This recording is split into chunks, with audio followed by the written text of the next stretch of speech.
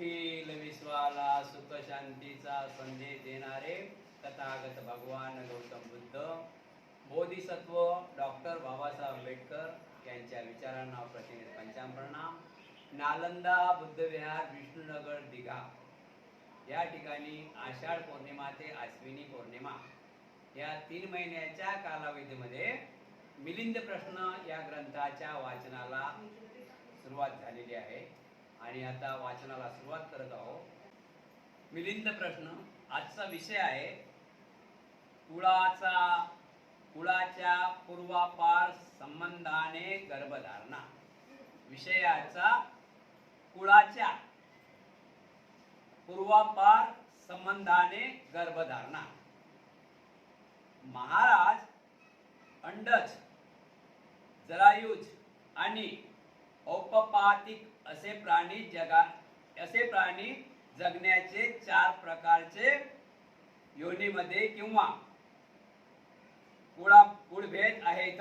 महाराज अंडज, जरायुज आणि औपपातिक असे प्राणी जन्माचे 4 प्रकारचे योनिभेद किंवा कुळभेद आहेत.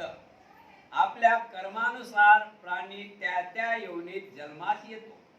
त्याच योनीत अगदी त्याच्याच प्रमाणे इतर प्राणी देखील जन्मास येतात. असे जेवढे पशु किंवा पक्षी हिमालयाच्या सुमेर पर्वतावर जातात ते सर्व आपल्या मूळचा रंग सोडून सोन्याचा रंगाचे बनतात असे आपण ऐकले आहेत का? महाराज, विषय काय माहिती ना? कुळाच्या पूर्वापार संबंधाने गर्भधारणा. कुळाच्या पूर्वापार संबंधाने गर्भधारणा कशी? प्राण्याच्या गर्भधारणा प्राण्यासारखा होते, बरोबर आहे की नाही? मांजरच्या गर्भधारणात मांजरसारखी होते. हत्तीच्या गर्भधारणात मांजरसारखी होती. म्हणजे कुळ म्हणजे समजला. जसा जिथे जन्म झाला, मानव जन्म झाला तर माणूस जन्माला आला, बरोबर आहे की नाही? अशा प्रकारे कुळाच्या पूर्वापार संबंधाने गर्भधारणा होते. अशा प्रकारे महाराज तुम्ही सांगतात की महाराज कुळाच्या पूर्वापार संबंधाने गर्भधारणा होते. कधी काही अंड्यातून जन्म होते, कोंबडी वगैरेचा आहे ना, पक्ष्याचा अंड्यातून जन्म होते. काही जरायुज, काही अपपातिक असे प्राणी जगण्याचे 4 प्रकार आहेत. म्हणजे काही मानवाच्या जन्म येतात, काही पशुपक्ष्याच्या जन्म येतात,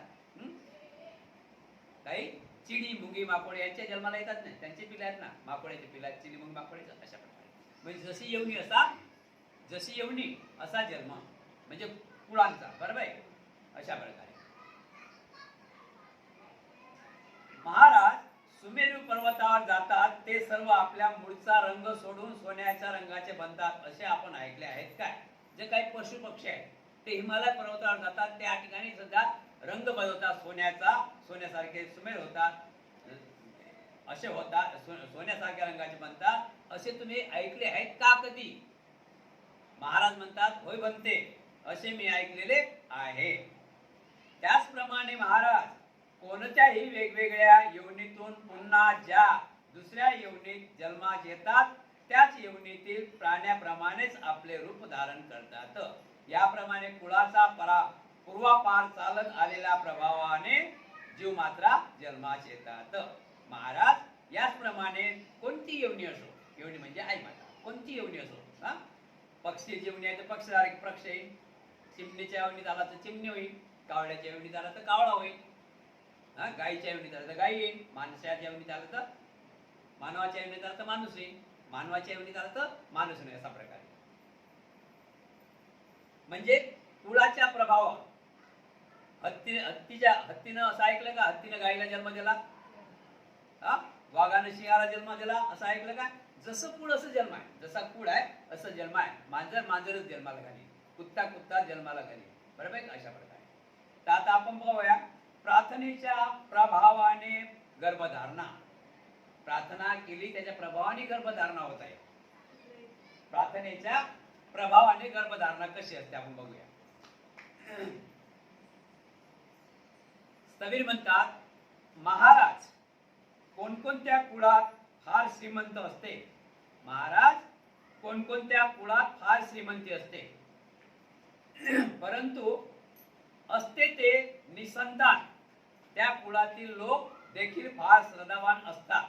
सदाचरणी, धम्मपराजय आणि अष्टशील उपवास व्रताचे पालन करणारे असतात.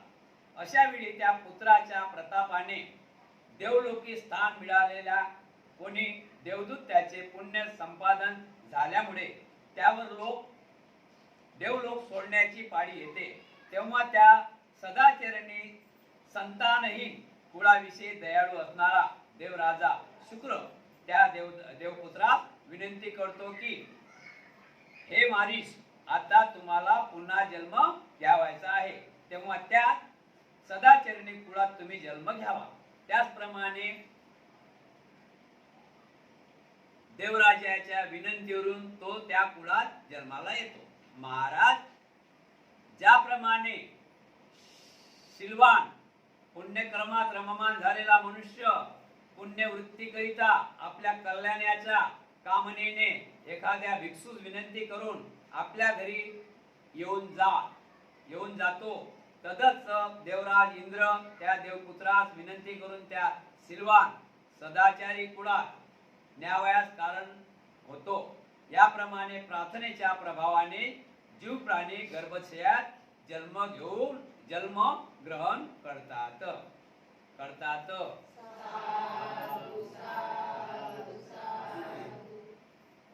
स्थवीर म्हणतात, महाराज खूप काही श्रीमंत लोक असतात. स्थवीर म्हणतात, महाराज खूप काही श्रीमंत लोक असतात, पण त्यांच्या घरात संतानच नसते. श्रीमंती खूप आहे, संतान नसते. बरं ठीक आहे, ते सदाचारी म्हणजे अष्टशिलाचे पालन करतात, धम्माला धरून आहेत, म्हणजे धार्मिक लोक आहेत, तरी त्यांच्या कुळात अंशाचा दिवा नसते. बरोबर आहे की नाही? संतान नसते ना. काही लोकांना, बरेच लोकांना असे आहे ना, श्रीमंती खूप आहे, संतान नाही. तर मग काय, ते तो लोक पुण्यवान आहेत. अष्टशिलाचं पालन करतात, उपवास धारण करतात, आणि रोज धार्मिक स्थळी भेटायला जातात. पुण्यवान आहेत, दयावान आहेत, प्रज्ञाशील, करुणाने परिपूर्ण आहेत, पण त्यांच्या संसारामध्ये पुत्र रत्नाचा लाभ नाही. विषय आहे आपला, प्रार्थनेच्या प्रभावाने सुद्धा गर्भधारणा होते. हा विषय आहे. तर महाराज, तर त्या ठिकाणी काय करावं? त्यांच्या घरात श्रीमंती आहे, सर्व काय सदाशील आहेत, सदाशील संपन्न उपासक आहेत, अष्टशिलाचं पालन करतात, पंचशिलाचं पालन करतात, धार्मिक स्थळी भेट देतात, पण त्यांच्या घरी संतानच नाही. तर त्या ठिकाणी महाराज देवलोकांना सुद्धा देवलोकी जे इंद्र आहे ना, त्यांना सुद्धा यांच्याबद्दल फिकर असते. कोणती फिकर असते? की त्या ठिकाणी जे स्वर्गलोकामध्ये ज्यांनी कुशल कर्म केलं आणि त्यांना आता जन्म बदली करण्याचा आहे, अशा लोकांना ते विनंती करतात की तुम्ही अमुक घराण्यामध्ये जन्म घ्यावा, अशी आम्ही तुम्हाला सूचना करत आहोत. म्हणजे अशी आम्ही तुम्हाला सूचना करत आहोत, तुम्हाला जर जन्म बदली करायचा आहे, पण तुम्ही इकडे तिकडे न भटकता, हे धार्मिक लोक आहेत, चांगले लोक आहेत, श्रीमान लोक आहेत, तुम्ही त्या ठिकाणी जन्म घ्यावा, अशी त्यांना विनंती करतात. जसे तुम्ही बंतीजींना बोलावता, बंतीजी उद्या आमच्या घरी तुम्ही भोजनाला यायचं, बरं का? विनंती करताना हात जोडून, तर बंतीजी काय म्हणतात? ठीक आहे, उद्या तुमच्या घरी प्रार्थना येतो. अशा प्रकारे देवलोक सुद्धा, जे लोक त्या ठिकाणी पुण्य कमावून जास्त पुण्याचा सांभाळ झालेला, जास्त पुण्याचा त्यांच्याकडे साठा झालेला आहे, आणि पुण्याने पाप दुरुस्त नाहीच होते, अशा लोकांना आता जन्म तर बदली करावंच लागेल ना. तर त्यांना सांगतात की तुम्ही अशा घरी जन्म घ्यावा. लक्षात ठेवा शब्द, अशा घरी तुम्ही जन्म घ्यावा. आणि तेही होकार देतात जन्म घेण्यासाठी, आणि ते त्याच कुळात जन्म घेतात. समजलं ना? काल परवाचा विषय कसा होता? बघितला ना? बघा, जो वेशनी आहे, खुनी मडरी आहे, जे वेशनी आहेत, खुनी मडरी आहेत, जे कधी विहारात जात नाही, ते कोणा स्थळाला भेट देत नाही, त्यांच्या मनात सदाचार कधीच नाही, त्यांचं मन पापाने भरलेलं आहे, त्यांचं मन पापाने भरलेलं आहे, दोषाने भरलेलं आहे, मोहाने भरलेलं आहे, त्या घरात जन्माला येईन का देव पुत्र? तो म्हणीन का या घरात मला जन्म द्या म्हणून? त्या घरात कोण जन्माला येईल? शेतामध्ये बोर बोर बोर पेरली बोर, तर त्या बोरीला काय येतील? बोर बोर की काय येतील? शेतामध्ये आंबे पेरले, त्या आंब्याला काय येतील? ठीक आहे, बरोबर आहे की नाही? तर अशा प्रकारे आणि चांगलं काम करतात, तर चांगलं काम केलं त्याच्या घरात कोण कोण जन्माला येईल? चांगला. एक चांगला माणूस जन्माला येण्याचे अजूनही कारण आहे, अजून आपल्याला बनवावं लागेल त्याला. अजून आपल्याला काय बनवावं लागेल चांगलं बनण्यासाठी? की जो बाळ जन्माला येत आहे, जो बाळ जन्माला येत आहे, तो बाळ सद्गुणित आहे, पण तरी त्याला घडवा लागत असते. काय करावं लागतं त्याला? मग आता हृदयात बाळ आहे, हृदयात बाळ आपल्याला कधीची समाज माहीत पडते? तिसऱ्या महिन्यापासून नाही, पहिल्या महिन्यापासून. किती महिन्यापासून माहीत पडते? 3 महिन्यांना नाही, एक पहिल्या महिन्यापासून माहीत पडते ना? किती पहिल्या महिन्यापासून माहीत पडते ना? मग आता काय करा, आता आपल्याला माहीत पडून द्यायला, आईला माहीत पडते आपल्याला. हा, आता आपल्याला आईला माहीत पडलं की आता आपला पहिला महिना चालू आहे, दुसरा महिना चालू आहे, तिसरा महिना चालू आहे. हा, तर मग आईने काय करावं? आपला बाळ जन्माला येण्याच्या अगोदर आईनं काय करावं? त्या बाळाचं कसं पालन पोषण करावं? तो बाळ तो हृदयात आहे, मग त्याला घडवायचं कसं? हृदय आहे, त्याला हृदयात घडावं लागेल ना.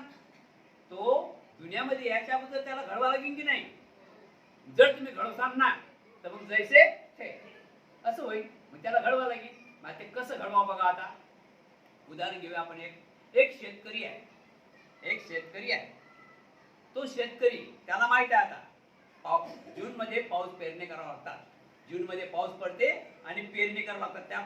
त्याला माहित आहे शेतकऱ्याला, पण त्याला माहित आहे, समज ना, त्या शेतकऱ्याला माहित आहे की जून मध्ये पाऊस पडणार आहे, म्हणून आपल्या शेतीचं आतापासूनच साफसफाई करा, नांगरण करा. बघा, नांगरण करा, त्याच्यानंतर वखरण करा, त्याच्यानंतर काळ्या कोळ्या वेचून बाजूनं करा, त्याच्यानंतर अजून वखरण करा, त्याच्यानंतर पाऊस आल्यानंतर ते पेरणं करा, पेरणं झाल्यानंतर त्याला निंदन खुरपण करा, त्याला नंतर डवरे करा, डवरा झाल्यानंतर त्याची 2-3 वेळा निंदन खुरपण डवरे करत जा, त्याला डवरे द्या. आणि नंतर ते झाड मोठं झालं की त्याला जे काय आहे ते पीक येते. ज्वारी आहे तर ज्वारी, बाजरी आहे तर बाजरी, कापूस आहे तर कापूस येईल, सोयाबीन आहे तर सोयाबीन येईल. बरोबर ना? जे पेरलं ते की नाही, जे पेरलं ते. आणि नंतर मग पिकाच्या वेळेस किती पीक येईल? कमी पीक येईल, फवारा पण मारा त्याला, सोबत येत आहे ना. हा, फवारा पण मारा. म्हणजे आता एवढं कष्ट केल्यानंतर ते पीक कमी येईल की जास्त येईल? कोणी गिनती करेल का त्या पिकाची? हा, राईट टाइम निंदन खुरपण, राईट टाइम वखर, राईट टाइम डवरण, राईट टाइम फवारा, राईट टाइम देखभाल. कोणाकडून देखभाल? सोरापासून देखभाल. आपण कोणापासून देखभाल करायला पाहिजे? आपल्या बाळाचं. याची नजर पण पडली नाही पाहिजे, लक्षात ठेवा. या वेशनधारी माणसाची नजर सुद्धा पडली नाही पाहिजे. बघा, लक्षात ठेवा. जे काही वेशनी आहे, जे काही दुष्ट आहे, हा, सावली सुद्धा नाही पडली पाहिजे, तर आपलं बरोबर होईल. हा, बरोबर आहे की नाही? सावली पडली तर बरोबर आहे, फरक पडेल की नाही? म्हणजे आपण आपल्या हृदयात जे बाळ आहे, आईचं असं कर्तव्य आहे, असं कर्तव्य करा की आपल्या हृदयात जे बाळ जन्म घेत आहे, त्या बाळाला कुठल्याच प्रकारे तो तर आपल्या हृदयात आहे, त्याला तर दुनिया दिसत नाही, पण दुनियात काय चालते हे त्याला माहित नाही पडत. आता तो हृदयात आहे आणि दुनिया तिकडे चाललं, हाणारे धरारे, हा, बांधारे, तर तो कसा होईल? कसा होईल तो? हाणारे बांधारे देईल की नाही? समजलं की नाही? तर अशा प्रकारे आपण आपल्या मुलाचं असं संबोधन करायला पाहिजे, असं आपण आपल्या मुलाची देखभाल करायला पाहिजे. मग बघा, आणि त्याच्यानंतर आपले जे विचार आहेत, आपले विचार आहेत मुलाबद्दल. हा, प्रत्येक आईवडिलाला स्वप्न असतात, प्रत्येक आईवडिलाची इच्छा असते, त्याच्यासाठीच मुलगा पाहिजे. मुलगा कशाला पाहिजे? काल आपण बघितलं आहे, दोन्ही आंधळे होते. हा, दोन्ही आंधळे होते नाही, तपस्वी आणि तपस आणि तपस्वी, म्हणजे दोन्ही संत होते. आणि ते इंद्राला माहित पडलं कालचा विषय झाला आपला, ते थोडक्यात सांगतो. ते इंद्राला माहित पडलं की बा हा काही दिवसांना ते आंधळ होणार आहे. इंद्राला चांगले माणसं आहेत ना, चांगल्या माणसाची चांगलीच वाणी होते, चांगल्या माणसाला कोणी साथ देते, वाईट माणसाला साथ देते का? वाईट माणसाला साथ देईन का कोणी? साथ देणारच नाही वाईट माणसाला. मग चांगल्या माणसाची चांगली साथ होते, चांगल्या माणसाला चांगली सोबत भेटते. म्हणून त्या तपस्वी आणि तपस्वीची कदर म्हणजे करुणा एक इंद्राला झाली. आणि तो म्हणे की तुम्ही थोडंफार असं काय करा, तुम्ही दोघं जण एक संयोग करा, म्हणजे तुम्हाला बाळ जन्माला घाला. तर ते पाप करतील काय? ते पाप करू शकतात काय? ते काय बोलले इंद्राला की तू सर्व काय सांगा मला, हे काय सांगतं, आम्ही त्याच्यापासून अलिप्त हे काय सांगतं, आम्हाला पापात घालतं काय बोलले ना. तर शेवटी इंद्र बोलला की तुम्ही माझं ऐका, मी सांगतो ते खरं आहे. मग शेवटी पर्याय काय दिला इंद्राने? त्या तपस्वी तपसला काय पर्याय दिला की ज्या वेळेस तपस्वी ऋतुमती होईल, ऋतुमती असेल त्यावेळी तिच्या नावीला बोटाचा टच कर, बाळ जन्माला येईल. अशा प्रकारे आपण आपल्या बाळाची किंमत ठेवली पाहिजे. आपल्या बाळाचं पुढं भविष्य पाहिलं पाहिजे. कोणतं भविष्य पाहिलं पाहिजे की जे काही तुम्ही विचार करता, माझा बाळ आयएस अधिकारी झालाच पाहिजे, माझा बाळ जे काय वकील झाला पाहिजे, माझा बाळ डॉक्टर झाला पाहिजे. का हवे डॉक्टर वकील होते काय? त्याला काय करायला लागेल तसं घडवा लागेल. आणि आपण काहीच म्हटलं नाही, राखा राखा राखा, तर मग असं होते धरारे हाणारे बाकारे. बघितलं ना काही शंका आहे काय? शंका असेल हात वर करा. कारण काही संस्कारच नाही. आणि संस्कार हे जीवन जगण्याची कला आहे. जिथं संस्कार आहे तो सुखी आहे, जिथं संस्कारच नाही. श्रीमंत सुख नाही, लक्षात ठेवा. श्रीमंतीमध्ये सुख नाही. सुख कशात आहे? संस्कारामध्ये सुख आहे. आता या संस्कारामध्ये एक आठवलं बघा, एक ऊस तोडणारे लोक आहेत. आई वडिलांना जवळ ठेवतात त्या झोपड्यात. ऊस तोडणारे बघितले असेल तुम्ही, जिथं ऊस तोडतात तिथंच पाल बांधतात, ते झोपड्यात तिथंच पाल बांधत असतात, रात्रभर तिथंच राहतात आणि सकाळी उठून ते काम करतात. घर झाड सोडतात, ते पाल बांधतात, समजलं ना. तर मग आई वडिलांना कुठे सोडतील? तर आई वडील म्हातारे असतात, चालता येत नाही, तरी त्यांना बंडी गाडीत घेऊन तिथं त्या झोपड्यात नेतात. आणि तिथं ते आई वडील दिवसभर त्या झोपड्यात राहतात. आणि दोघंही जण पती पत्नी ऊस तोडतात. ऊस तोडून आल्यानंतर सकाळी ते बाई काय करते, त्यांची त्या ऊस तोडणाऱ्या माणसाची पत्नी तर आई वडिलांना त्यांचा डबा बांधून ठेवते. म्हणजे या दुपारचा डबा झाला ते सोबत नेतात आणि ते आपला डबा घेऊन बाबांना आईला ठेवतात. त्याच्यानंतर तिकडून आल्यानंतर एवढे थकवा आल्यानंतर सुद्धा संस्कार कसे असले पाहिजे. पैसा महत्वाचा नाही, संस्कार त्याच्यापेक्षा महत्वाचा आहे. पैसा महत्वाचा नाही, पैसा तर पाहिजे, पैशाशी तो पत्ता हलत नाही. पण पैसा असा असला पाहिजे की तो आपल्या कामात आला पाहिजे. जो पैसा काम येत नाही, मोठी हवेली आहे, मोठ्या गाड्या आहे, तर पैसा आपल्या कामात येत नाही, तो पैसा काय कामात जाय का? आता खूप मी दाखवली इथं काही तुमच्या काय कामात जाय का? खायला भेटील तर आपल्या कामाचं, बरोबर आहे की नाही? खायला भेटील तर आपल्या कामात जाय की नाही? तर दाखवून काय फायदा आहे का?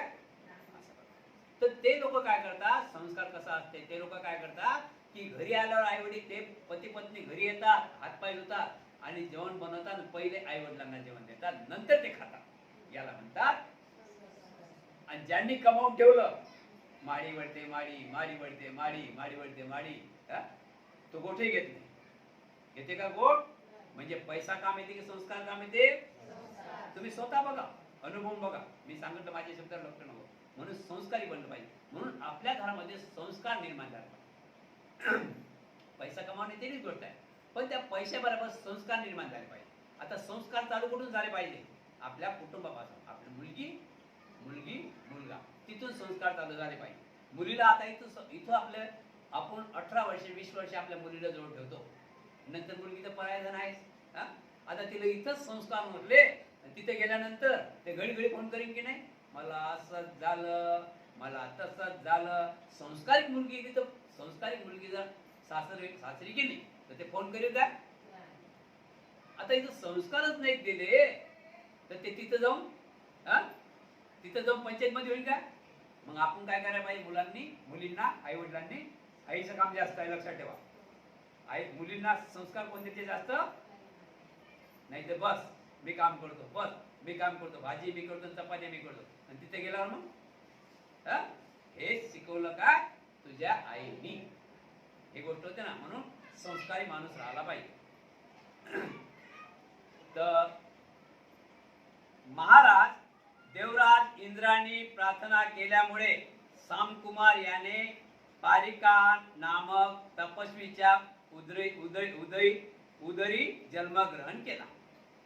महाराज कल्याणमय धम्मचरणाने आचरण करणाऱ्या सिलवान माता पित्याच्या हृदयी जन्म करणारा सामकुमार अत्यंत पुण्यवान होता. याशिवाय असा प्रसंग घडवून आणणाऱ्या देवेंद्रासारखी योग्य अशी व्यक्ती होती. या दोघांचीही, या तिघांचेही चित्त एकाच उद्देशावर स्थिर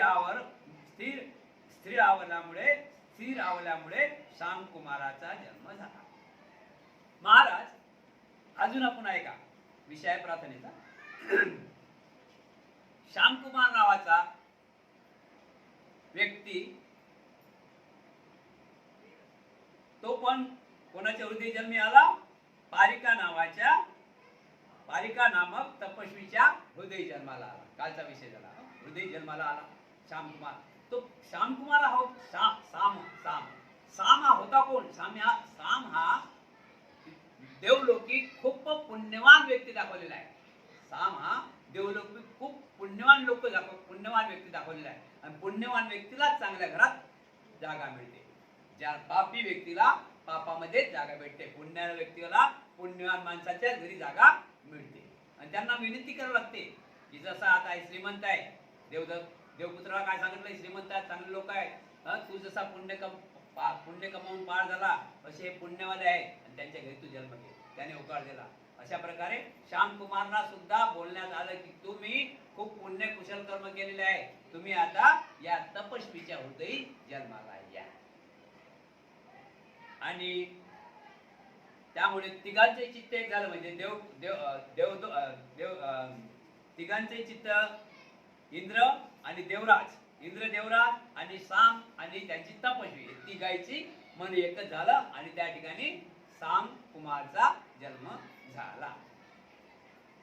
महाराज कोणी एका कसलेल्या शेतकऱ्याने उत्तम रीतीने नांगरून वखरून कचरा साफ केल्याने सुपीक जमिनीत चांगल्या बीजाची पेरणी केली असता त्या बीजास अंकुर फुटून त्याचे अभिवृद्धी वयास बांधा येऊ शकेल काय? महाराज तोच विषय आला आपला आता झालेला तो. महाराज आपण बघा, कोण्या एका शेतकऱ्यानं चांगला आपली जमीन, आता झाला तोच विषय, नांगरली वखरली पेरली आणि त्याला धान्य लावलं, जे काही धान्य टाकलं त्याची किस्तकारी केली, तर त्या धान्य चांगले येईल की वाईट येईल? हिनं चांगलंच येईल ना. अशा प्रकारे मुळी अंकुर त्याचे अभियान अशा बांधा येऊ शकत नाही. म्हणजे त्यात चांगले त्यांनी जमिनी चांगली नगरली खेचली वकली त्यात कुठल्याच प्रकारे बांधा येत नाही. तो जेवढं पीक म्हणेल तो तेवढं घेऊ शकते, त्याच्या हाती आहे. बघा शब्द पिकावर आहे पण आपल्यावर लक्ष द्या बरोबर. शब्द पिकावर आहे, मानवावर आहे, लक्षात ठेवा. जर आपण अशा प्रकारे किस्तकारी केली तर कुठल्याच प्रकारे मनात शंका निर्माण होणार नाही. त्याचं चांगलंच होईल. मुळीच नाही, त्याचं खराब कधीच होणार नाही.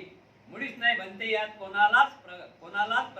कोणत्याही प्रकारचा बांधा नसल्यास बीजाची अभिवृद्धी व्हायला मुळीच वेळ लागणार नाही. जर त्याने चांगलं जमीन नांगरली वखरली पेरली, त्याला बी टाकलं, त्या बियाला देखभाल केली, डवरण वखरण निंदन खुरपण त्याला फवार वगैरे मारले तर त्या झाडाला काही होणारच नाही. ते पीक चांगलंच निर्माण होईल. समजलं नाही? चांगलंच निर्माण होईल. समजलं पाहिजे. महाराज याप्रमाणेच कोणत्याही प्रकारची बांधा नसलेल्या कारणाने तसेच तिघांचेही चित्त एकाच विचारावर केंद्रित झाल्या कारणाने श्यामकुमाराने जन्म ग्रहण केला. महाराज सिलवान ऋषी लोकांच्या अभिशापाने भरभराटीस पोचलेला संपूर्ण देश सुद्धा विरान होत असतो, असे कधीतरी तुम्ही ऐकले आहेत का? त्या तिघांच्या म्हणजे कोण? तपस्वी, देवलोक आणि साम. या तिघांचं म्हणणं एक झालं. त्यांनी म्हटलं की मी त्यांच्या घरी जन्माला तपस्वीकडे, आणि ते एक झालं म्हणून त्यांचा जन्म झाला. आता महाराज म्हणतात की महाराज काही त्यागी लोक, काही त्यागी भिक्षू, काही त्यागी लोक, त्यागी लोकांच्या श्राप म्हणताना आपण श्राप, त्यागी लोकांना दुखवल्यावरही सुद्धा एका शहराचा नाश झाला. कोणाला दुखवल्यामुळे? त्यागी लोकांना दुखवल्यामुळे सुद्धा एका शहराचा नाश झाला. तिथं चांगलं बिल्डिंगा, मकान होते, बंगले होते, पण काही त्यागी लोकांना तकलीफ दिल्यामुळे त्या ठिकाणी वसाड रान झालेलं आहे. असं तुम्ही ऐकलं आहे का? असे स्थवीर म्हणतात महाराजाला. होय म्हणते दंडकारण्य, मेघारण्य, कालिगारण्य तसेच मातंगारण्य इत्यादी ठिकाणी कधी काळी मनुष्यांनी गजबजलेली संपन्न अशी नगरी होती. परंतु ऋषीच्या अभिश्रापाने त्या ठिकाणी आता जंगल वाढली आहेत. महाराज, तुम्ही असं ऐकलं आहे काय की संत कोणी त्यागी माणसाला कोणी तकलीफ दिली तर त्या ठिकाणचं ते शहर नगरी वसाड पडलेली आहे, ते जंगल झालेलं आहे, असं तुम्ही ऐकलं आहे का? तर महाराज म्हणतात होय बनतेजी. महाराज म्हणतात होय. तर कोणते कोणते नगरी दाखवली? चार नगरी दाखवली बघा. दंडकारण्य, मेघारण्य, कालिंगारण्य तसेच मातंगारण्य इत्यादी ठिकाणी कधी काळी मनुष्याने गजबजलेली संपन्न अशी नगरी होती. मनुष्याने गजबजलेली संपूर्ण अशी नगरी होती. परंतु ऋषीच्या अभिशापाने त्या ठिकाणी आता जंगल झाडे वाढलेली आहेत.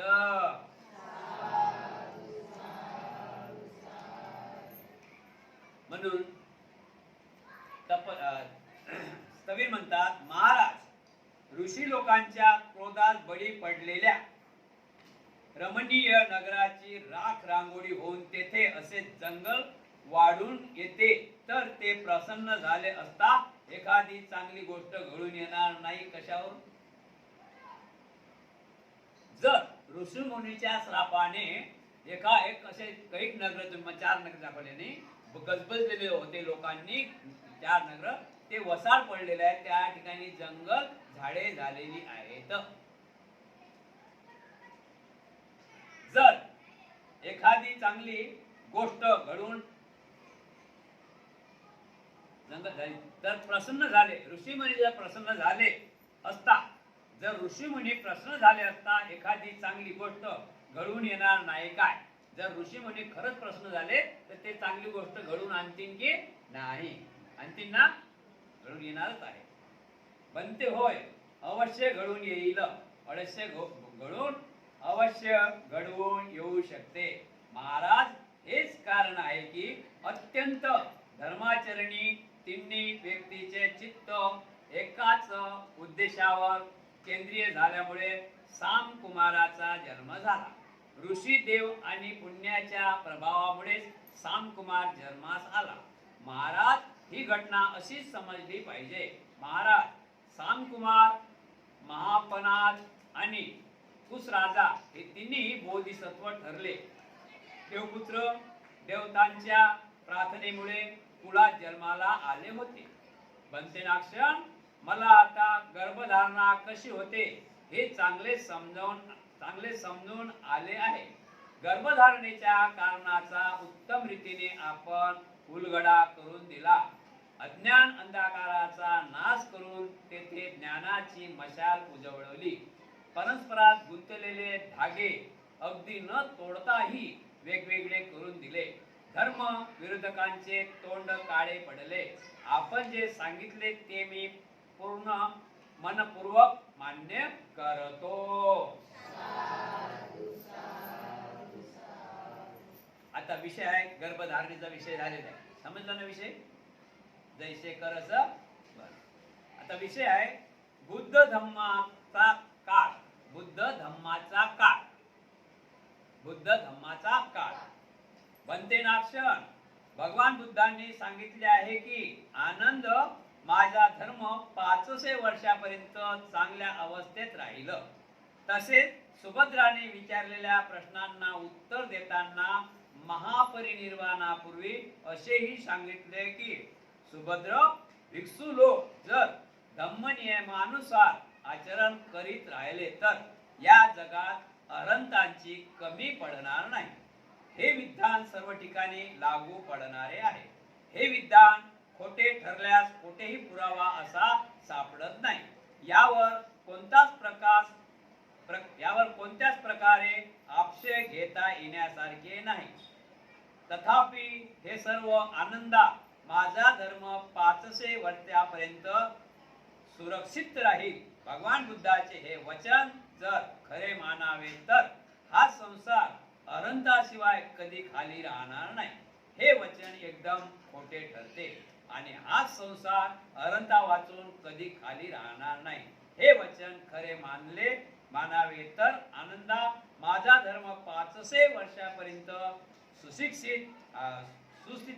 सुस्थितीत राहील असे भगवान बुद्धाने केलेले कथन खोटे पडते. बनते हाही प्रश्न अत्यंत कोड्यात टाकणारा आहे. अत्यंत गुढ, अवघड आणि किचकट आहे. म्हणूनच मी आपणाला आपल्या कानावर घालत आहे. जसे सागरातील मगर दाखवावा तदच तेथे आपण आपल्या ज्ञानशक्तीचा प्रताप दाखविला. महाराज, भगवान बुद्धांनी जर वर सांगितलेली दोन्ही विधाने यथार्थ आहेत, परंतु भगवान बुद्धाने वेगवेगळ्या प्रसंगी केलेले कथन त्यातील भाव आणि यथार्थ दृष्टीने वेगवेगळे असतात. त्यातील एक बुद्ध धर्माचे शासन किती दिवस पर्यंत राहील याकडे निर्देशन करतो, तर दुसरे धर्माचे फळ नेहमी एकसारखे कसे मिळते म्हणजेच आचरणासंबंधिताच्या निदर्शनेच करतो. ज्याप्रमाणे जमीन व आकाश यातील फरक, स्वर्ग व नरक यातील फरक, पाप व पुण्य यातील फरक आणि सुख व दुःख यातील फरक, त्याप्रमाणे या दोन्ही विभागातील फरक आहे. वरील दोन्ही विधानाचे स्वरूप एक दुसऱ्यापासून अगदीय भिन्न आहेत. तरी पण आपण विचारलेला प्रश्न व्यर्थ जाऊ नये म्हणून मी यामधील मूलभूत संबंध कशा प्रकारचा आहे यावर विशेष विचलन करणार आहे. महाराज, माझा धर्म 500 वर्षापर्यंतच सुस्थितीत म्हणजे चांगल्या परिस्थितीत राहील असे जे भगवान बुद्धांनी सांगितले ते केवळ धर्मशासन टिकून राहण्याच्या काळाबद्दल होते. जसे इतक्या वर्षानंतर धर्माचा लोप होईल असा त्यांचा अर्थ होता. कारण त्यांनी स्पष्टपणे म्हटले होते की आनंदा भिक्षू संघात जर स्त्रियांना प्रवज्या केली नाही, आनंदा भिक्षू संघात जर स्त्रियांना प्रवज्या केले नाही तर माझा धर्म 1000 वर्षापर्यंत सुस्थितीत राहील. परंतु त्या प्रवचित झाल्याने केवळ 500 वर्षापर्यंत राहण्याची शक्यता आहे. महाराज, आता तुम्ही सांगा की अशा प्रकारे भगवान बुद्धाला धर्मशासन टिकून राहण्याचा काळ दर्शविण्याचे होते की धर्म वाईट म्हणून त्यांची निंदा करण्याची होती. नाही बनते, त्यांना धर्माची निंदा करण्याची नव्हती.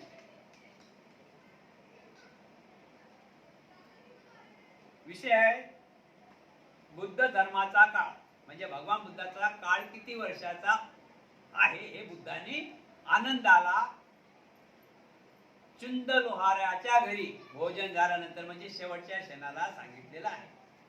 शेवटच्या क्षणाला असं सांगितलेलं आहे. आणि सिद्धार्थ गौतमाचे बुद्धांचं वय माहित आहे ना, गुरुस्थी वय किती झालं त्यांचं 80 वर्ष, बरोबर आहे, 80 वर्ष. तर त्यांनी आनंदाला स्वतः सांगितलं आहे सुभद्राबद्दल. शेवटच्या श्री सुभद्राची त्यांची भेट झाली होती, त्यांच्याबद्दल चर्चा झाली होती. त्यावेळेस बुद्ध म्हणतात की आनंदा, तथागताचा हा धम्म आहे, हा फक्त आणि फक्त 500 वर्ष सुरक्षित राहील, म्हणजे चांगला राहील. किती वर्ष? 500 वर्ष सुस्थितीत राहील. सुस्थितीत म्हणजे चांगल्या स्थितीत राहील, याला काही डग होणार नाही 500 वर्ष.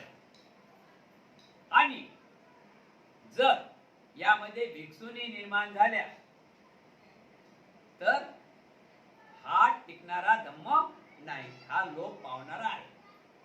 म्हणून हा लोप पावणार आहे. म्हणून सुभद्राला सांगितलं आहे बुद्धाने की सुभद्रा, हे सुभद्रा, जर या माझ्या धम्माला जे भिक्षू आहेत, माझ्या धम्माचे जे भिक्षू म्हणजे बुद्ध पुत्र आहेत, त्यांनी जर आपलं आचरण, त्यांनी जर विनयाचं म्हणजे नियमाचं पालन केलं, सदाचरणाच्या मार्गावर चालले, आचरण त्यांनी सही ठेवलं, तर या धम्माला कलंक लागणार नाही. प्रत्येक घरात अनंत मान मुलगा जन्माला येणार. कोण जन्माला येणार आहे? अनंत मुलगा. आता बोधिसत्व बाबासाहेब कसे होते? भगवान बुद्ध सांगतात ग्रंथामध्ये की जन्माच्या अगोदर बोधिसत्व होते ते. बाबासाहेब सुद्धा जन्माच्या अगोदर बोधिसत्व होते. साम सुद्धा जन्माच्या अगोदर बोधिसत्व होते. म्हणजे बोधिसत्व म्हणजे त्या पहिल्या त्यांना जाण आहे की मला कोणाच्या घरी जायचं आहे आणि कोणाच्या घरी नाही जायचं. समजून राहिले की नाही?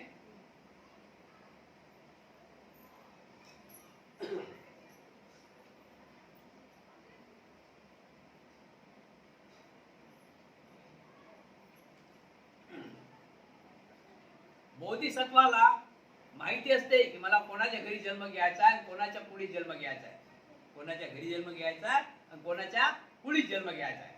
आता बघा, सिद्धार्थ गौतम आपण ग्रंथामध्ये ऐकलंच आहे.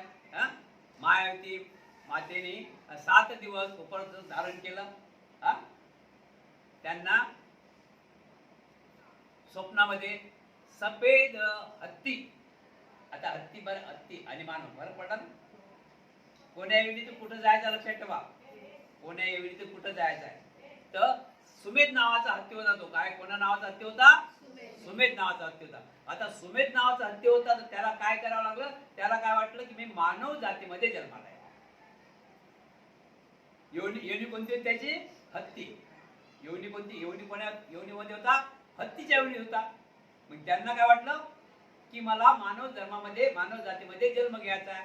तर त्यांनी सुमेध नावाच्या हत्तीने सिद्धार्थ गौतमाची म्हणजे आई बनणारी एक महामायाला, मायावतीला विनंती केली की माते, मला माझा शेवटचा जन्म तुझ्या उदयी घ्यायचं असं वाटते.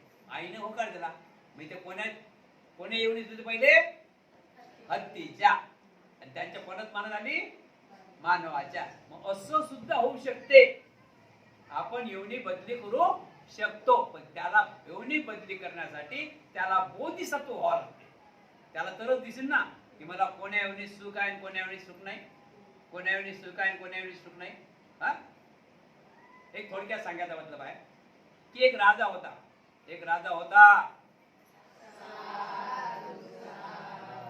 त्या राजाला वाटलं, एक राजा होता, त्या राजाला वाटलं की क्या बात है.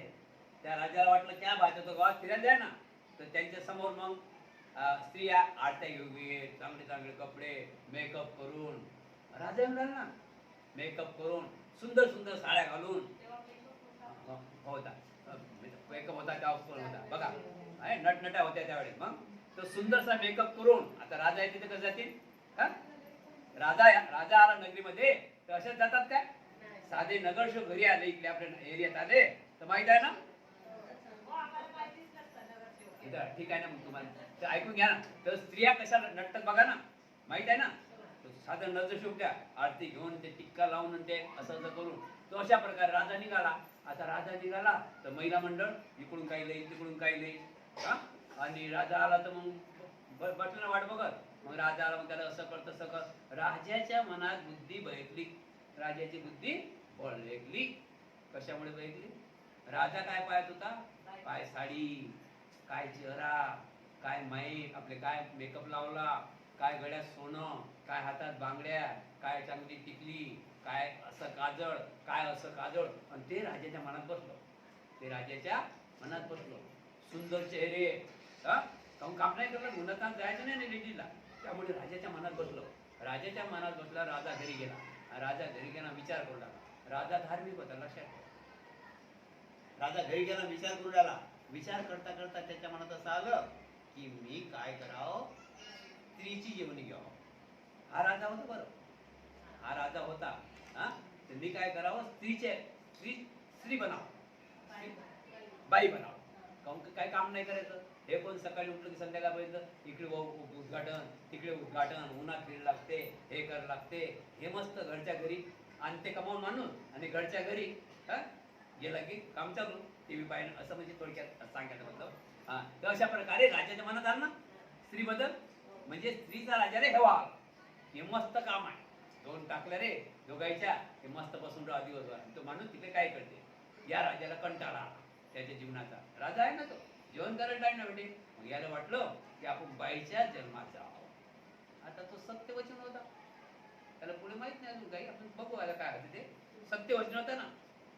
मग काय केलं की त्या राजाने सत्यवचन झालंच ना. मग त्याने येवणी बदलली, मुलगी झाली.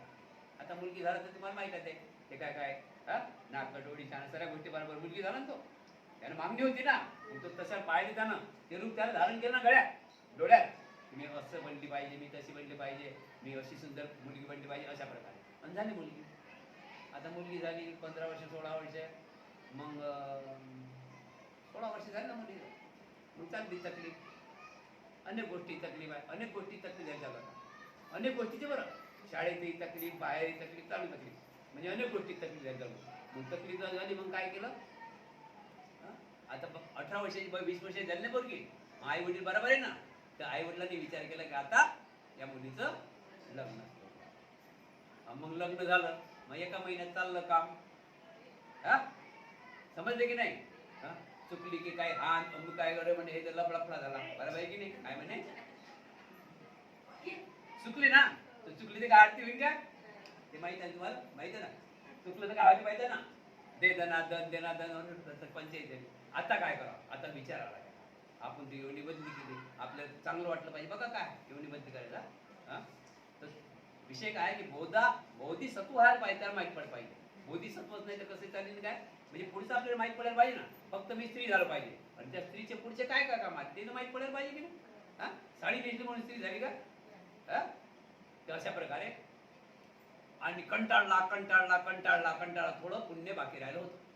कंटाळला, रोज आला गेला की काम चालू. त्याचं पती तिकडून आला की काम चालू, त्याचं अमुक डम बरं जमा की काम चालू. बसा कंटाळला ना बाई, अशी होती चांगली झाली बाई. कंटाळला राजा. मग आता काय करा, राजा होता तो कंटाळला. राजा कंटाळल्यानंतर मग आता काय करावं त्यानं. मग त्याने विचार केला की नाही आता हे बरोबर नाही. मग त्यानं काय केलं, तो बालकडी तो म्हणजे कचरा टाकायला जात आहे बाई. आता ते म्हणजे ते बाई आता कशी झाली, दाशीसारखी झाली ना, जर चांगला करत आहे.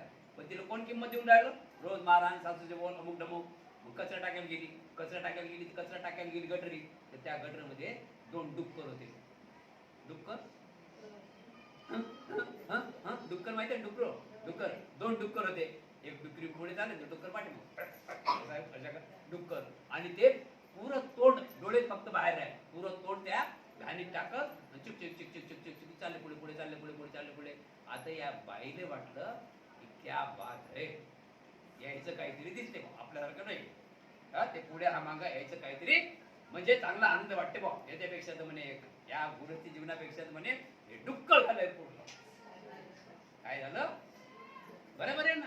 एक दिवसात जाय का आला तिकडून येऊन हा डुक्कर झालं ते पुरलं म्हणे. बरोबर आहे ना, डुक्कर झालं ते पुरलं. बघा प्रेम आहे ना, आदर आहे ना. डुक्कर झालं पुरलं. मग काय करावं, त्याच्याच नगरा. आणि गेला अपवादिक त्याने विनंती केली, देवा म्हणजे काय अमुक डमो की लय वाईट लागलं, लाल जरच पाठ झाली, अमुक घरी डमुक झालं. अशा प्रकारे मला काही माझी काही किंमत नाही घरात, आणि मला म्हणे बदली कर. आणि झाली बदली. काय बदली झाली, डुक्कर मध्ये. बदली कशी होऊ शकतात बघा. बदली मुली पण बदली होऊ शकतात, माहिती आहे बदली व्हायचे. हे बदली आहे ते बदली झालं. डुक्कर झालं. आणि मग त्याचा पोरगा राजा होता. त्यात बापाचा पोरगा राजा होता बदलाचा. याच्या खुर्चीवर तो बसला, बापाच्या पोरावर राजा बसला. आता डुक्कर असे डुक्कर झाले की त्या गावात जिकडे तिकडे डुक्कर. राजानं सीधा फरमान काढला की सारे डुक्कर धरा आता, आणि झाले डुक्कर धरा, काही अमुक करा, काही नमुक करा, काही पाठवा जंगला. लागला हा राजा हाती. हा डुक्कर झाला तर राजा हाती लागला ना. जसा हाती लागला जाळ्यात पडला फसला, त्या डुकऱ्या घर जोडी फेकतात ना, घरला ओढला आणि जो त्याला लावणे की कोणी मारणं, हा पोरगा समोर उभा आहे, हा करताय, कल्ला करताय, कल्ला खूप करे ना, करताना कल्ला करताय. तो कल्ल्यामध्ये काय म्हणत होता माहिती काय?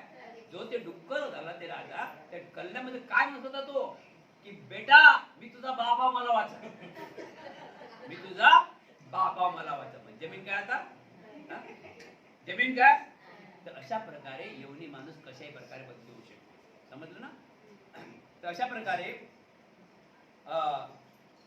सुमेधला सांगितलं, सुमेध म्हणते, सुमेध नाव सुमेध, सुमेध यांना, सुमेध भिक्षूंना सांगितलं, सुमेधला सांगितलं की असे असे चांगले, जर माझा हा धम्म 5 वर्षे सुस्थितीत म्हणजे चांगले स्थिती चालणार आहे, आणि जर का स्त्रियांना प्रवज्ञा दिली तर हा लोप पावणार आहे.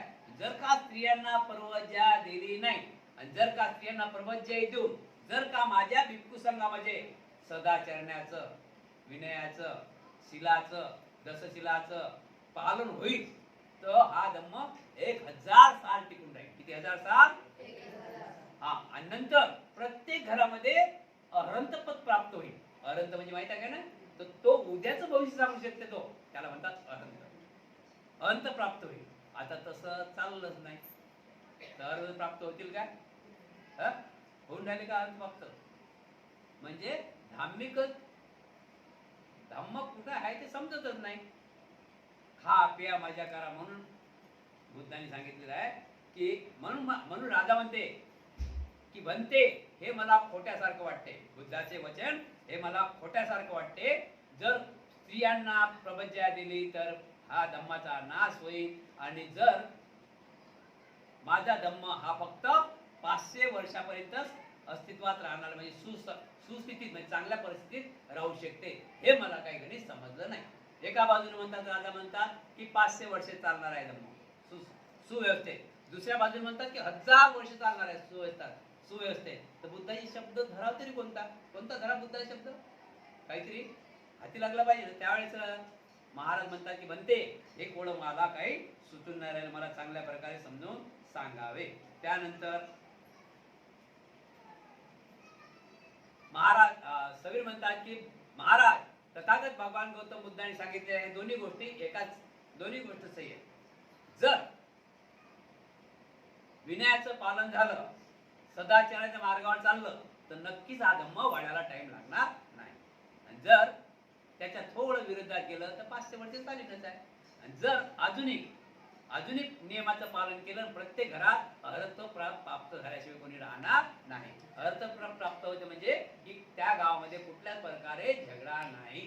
तंटमुक्ता गाव, आधुनिक बरेचसे गाव आहे की त्या गावामध्ये झगडाच होत नाही, असे तंटमुक्त गाव आहे. नावाजलेलं गाव आहे, त्यांना प्रमाणपत्र मिळालेलं आहे. तंटमुक्त गाव म्हणजे काय की जे वरिष्ठ बोलतील तेच पूर्व दिशा होईल. आता इथे वरिष्ठाचं घेणदेण नाही, काही नाही. आता कसं काम काल चालेल? सर्वच जर राजे झाले तर जनता कशी चालावं, प्रजा कशी चालावं, बरोबर आहे की नाही? अशा प्रकारे महाराज माझा धम्म 500 वर्षापर्यंत सुस्थितीत राहील असे भगवान गौतम बुद्धांनी सांगितले. ते केवळ धर्मशासन टिकणाऱ्याच्या काळाबद्दल होते. असे इतक्या हलक्या वर्षानंतर धर्माचा लोप होईल असा त्यांचा अर्थ होता. कारण त्यांनी स्पष्टपणे म्हटले आहे की आनंदा भिक्खू संघात जर स्त्रिया प्रबंधित केल्या नाही तर माझा धर्म 1000 वर्षापर्यंत सुस्थितीत राहील, परंतु त्या प्रबंधित झाल्याने केवळ 500 वर्षापर्यंत राहण्याची शक्यता आहे. समजलं ना? याचं कारण आपल्याला शोधायला पाहिजे ना. ते काय आहे की बघा, भिक्खूला नियम आहे 227. किती नियम आहेत भिक्खूला? आणि भिक्खुनीला नियम किती आहे? 311. 311 रोज सकाळ. नियम म्हणजे काय? सकाळी उठल्यापासून डोळे बंद करणे तोपर्यंत नियम. तुम्हाला 5 नियम दिलेले आहे, फक्त विहारापर्यंत आहे ना मर्यादित. तिथून गेल्यावर जैसे आहेत ना. खरं आहे की खोटं आहे? 5 नियमाचे परिपूर्ण पालन करता का? करा हातवर नाही होऊ शकत. मग बंदीचे आमचे मुलं आहेत, आमचा कारभार आहे, आम्हाला असं आहे, आमचे धंदे आहे. नाही, धंदे काय तुमचे आता जात काय? तथागत भगवान गौतम बुद्धाच्या काळात पण दोन मोठे मोठे व्यापारी येऊन गेले, हा, मल्लिक आणि तपस्वी, मोठे दोन व्यापारी येऊन गेले. आणि पहिलेच भगवान गौतम बुद्धाचे उपासक झाले. ते काय का व्यक्तीजवळ मल्लिक आणि तपस्वी यांच्या जवळ दोन्ही मिळून 1000 गाड्या होत्या. किती गाड्या? बैलगाड्या. म्हणजे प्रत्येकाजवळ 500-500 गाड्या होत्या. ते व्यापारी होते. ते आपल्या 500-500 गाड्यामध्ये अनेक अनेक प्रकारचा माल घेऊन ते व्यापार करायला जात होते. आणि भगवान गौतम बुद्धाचं प्रवचन ऐकल्यानंतर त्यांनी बुद्धाचा धम्म स्वीकारला, म्हणजे उपासक झाले. म्हणून की हा धम्म आहे, हा धम्म आचरणावर आधारित आहे. या धम्माला अभ्यास किती आहे याला महत्व नाही, शिलाला ताकद दिलेली आहे. शिलावर हे धम्म आधारित आहे. आता 200 भगवान गौतम बुद्ध पहिलेच भिक्खुनी संघाला प्रवचन देत नव्हते. आणि सुरुवात त्यांची मेन प्रमुख कोणती होती? प्रजापती गौतम, म्हणजे त्यांची आई. आणि त्यांच्यामध्ये अजून कोण होतं? त्यांची गृहस्थी पत्नी यशोधरा. आणि त्यांच्यासोबत 500 बाया होत्या. राजगृहामध्ये 500 बाया होत्या. वैशालीमध्ये ज्यावेळेस सिद्धार्थ गौतम राहत होते त्या ठिकाणी एक कपिलवस्तू नगर ते वैशाली असं 3 दिवसाच्या चालत अंतरावर गेल्या होत्या. पाय सुजले होते आणि तिथे गेल्यावर यांनी विनंती केली, तरी सिद्धार्थ गौतमांनी बुद्धांनी असं नाकार दिला की आते तुम्ही या भिक्खुनी संघात येऊ नका. शेवटी आनंदाला असं वाटलं की तुमची स्वतःची आई आहे, तुमची स्वतःची गृहिणी आहे, पत्नी, की त्या तुम्हाला काही दिवस सांभाळ केला यशोधरांनी, त्यांना तुम्ही का बरं चिवड देत ना?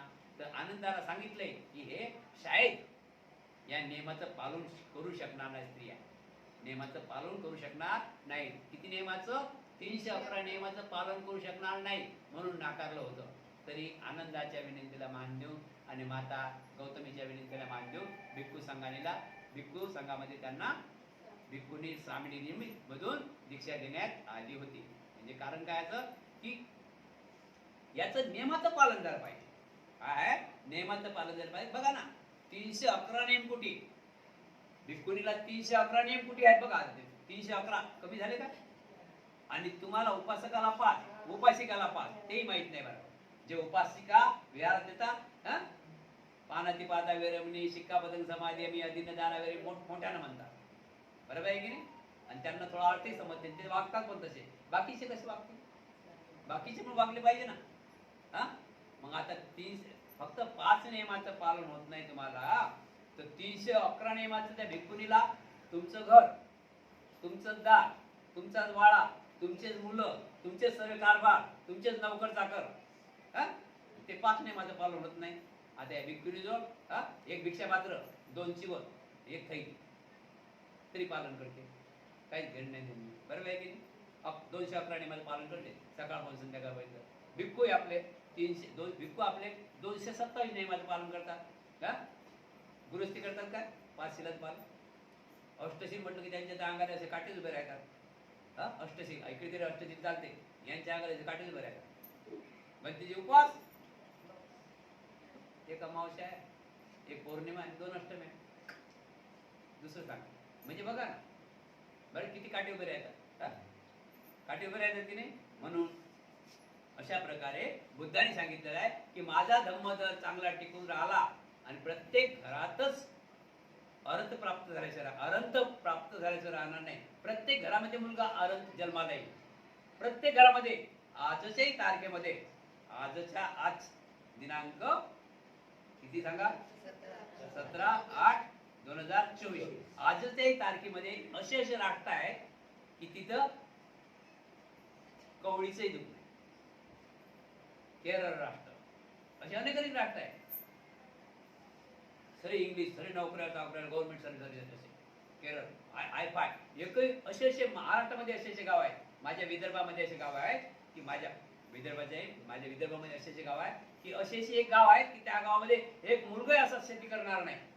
सर्व मिलिटरीमॅन आहे. त्या गावाचं नाव मोरगाव भाकरे, अकोला जिल्ह्यामध्ये. काय गावाचं नाव आहे? मोरगाव भाकरे. सर्व ऐकत असतील. मोरगाव भाकरे अकोला जिल्ह्यामध्ये. प्रत्येक घरातला एक मुलगा मिलिटरीमध्ये आहे. प्रत्येक घरातला.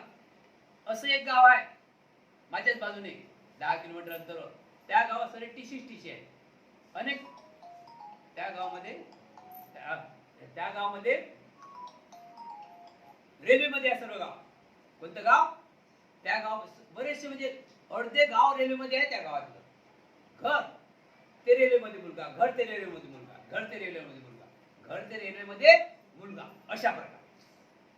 तर काय आहे की त्याच्यासाठी बुद्ध म्हणतात, त्यासाठी बुद्ध काय सांगतात बघा, असेवन. त्यासाठी बुद्ध सांगतात पती रूप देशवासोच पुब्यच कत्तपुयता अत्त समापनी देश एक मंगलम उत्तम.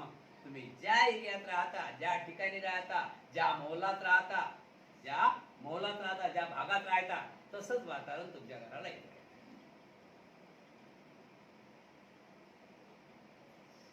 हे बरेच लोक काय फिरले का बिल्डिंगा जातात का जातात?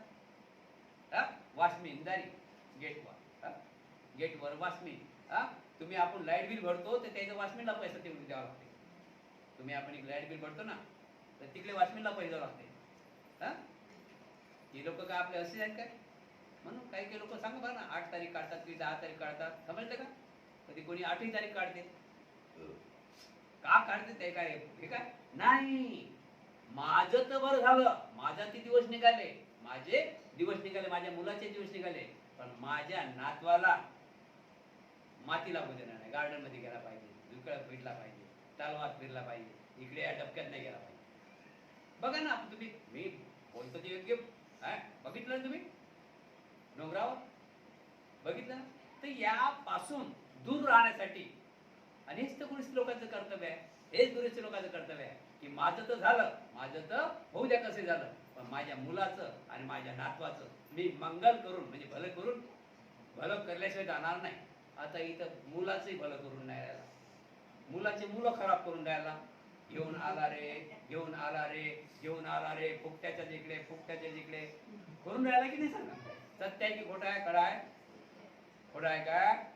एवढं समजायला पाहिजे नाही. आपलं झालं ते गेलं, आपल्या बापाने काय केलं ते जाऊ द्या, पण आपण आपल्या मुलासाठी काय करावं?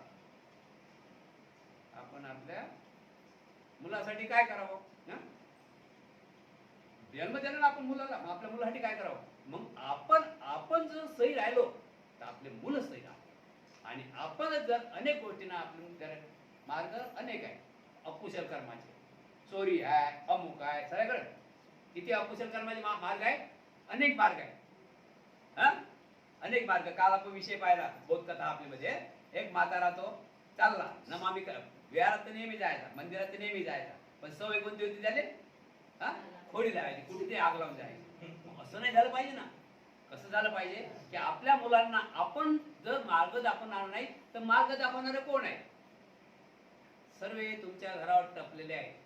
बुद्ध म्हणतात मंगलही तूच करू शकतो तुझ्या घराचं तुझं, आणि नाशही तूच करू शकतो. म्हणून आपण चांगलं काम करायला पाहिजे ना. आपण जर करू, मग म्हणतात नाही, गाणं आहे ना, बाप दारू पिऊन येते, मुलगाही दारू पिते, मग काही दिवसांना तो आणते. बाप सांगते ना, एक बाटली आण रे, तो आणते. एक बाटली आण रे, तो आणते.